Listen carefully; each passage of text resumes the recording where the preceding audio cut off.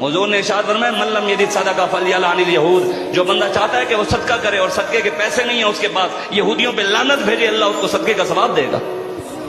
یہودیوں پہ لعنت بھیجنا صدقے کا ثواب ہے، اور ان کی چیزیں کھانا وہ خود کتنی بڑی لعنت ہوگی۔ فلسطین کے 1 لاکھ مسلمان زخمی ہیں، 1 لاکھ سے زیادہ شہید ہو چکے ہیں۔ آج اگر حسین ہوتے تو فلسطین لٹ رہا ہوتا، آج اگر حسین ہوتے، کربلا والے شہزادے ہوتے تو بتاؤ کشمیر کی بیٹیوں کے ساتھ مسجدوں میں زنا ہو رہے ہوتے، کشمیر کے بزرگوں کے منہ کے اندر ہندو پیشاب کرتے، بابری مسجد کو گرا دیا گیا ہوتا۔ وہ تو ایک مسجد ہی دہلی کے اندر، دہلی کی شاہی مسجد، جب وہاں ہندو مرہٹے اکٹھے ہوئے، انہوں نے اعلان کیا کہ دہلی کی مسجد کے جامعہ مسجد کے ممبر پر ہم سومناتھ کا مندر جو محمود غزنوی نے گرایا تھا اس کی مورتی ہم مندر پر رکھیں گے اور مسجد کو گرا کر ہم اوپر مندر بنائیں گے۔ جب یہ اعلان کیا، مغلوں کا آخری دور تھا، مسلمان شکست کھا گئے ہندوؤں سے، تو یہ خبر احمد شاہ ابدالی تک پہنچی۔ احمد شاہ ابدالی افغانستان میں مسلمانوں کا حکمران بیٹھا تھا، غیرت مند تھا۔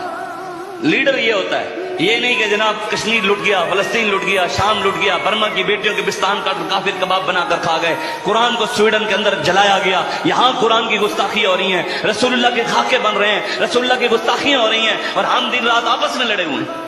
ہمیں فرصت نہیں ہے، اس نے مجھے کیوں کہہ دیا، اس نے مجھے نیچے کیوں کر دیا، شاہ صاحب اوپر کیوں بیٹھ گئے، میں برابر میں کیوں نہیں بیٹھا، میری تصویر کیوں نہیں لگی، مجھے ویورشپ کیوں نہیں پڑی۔ ہم شہرت کے بھوکے ہیں۔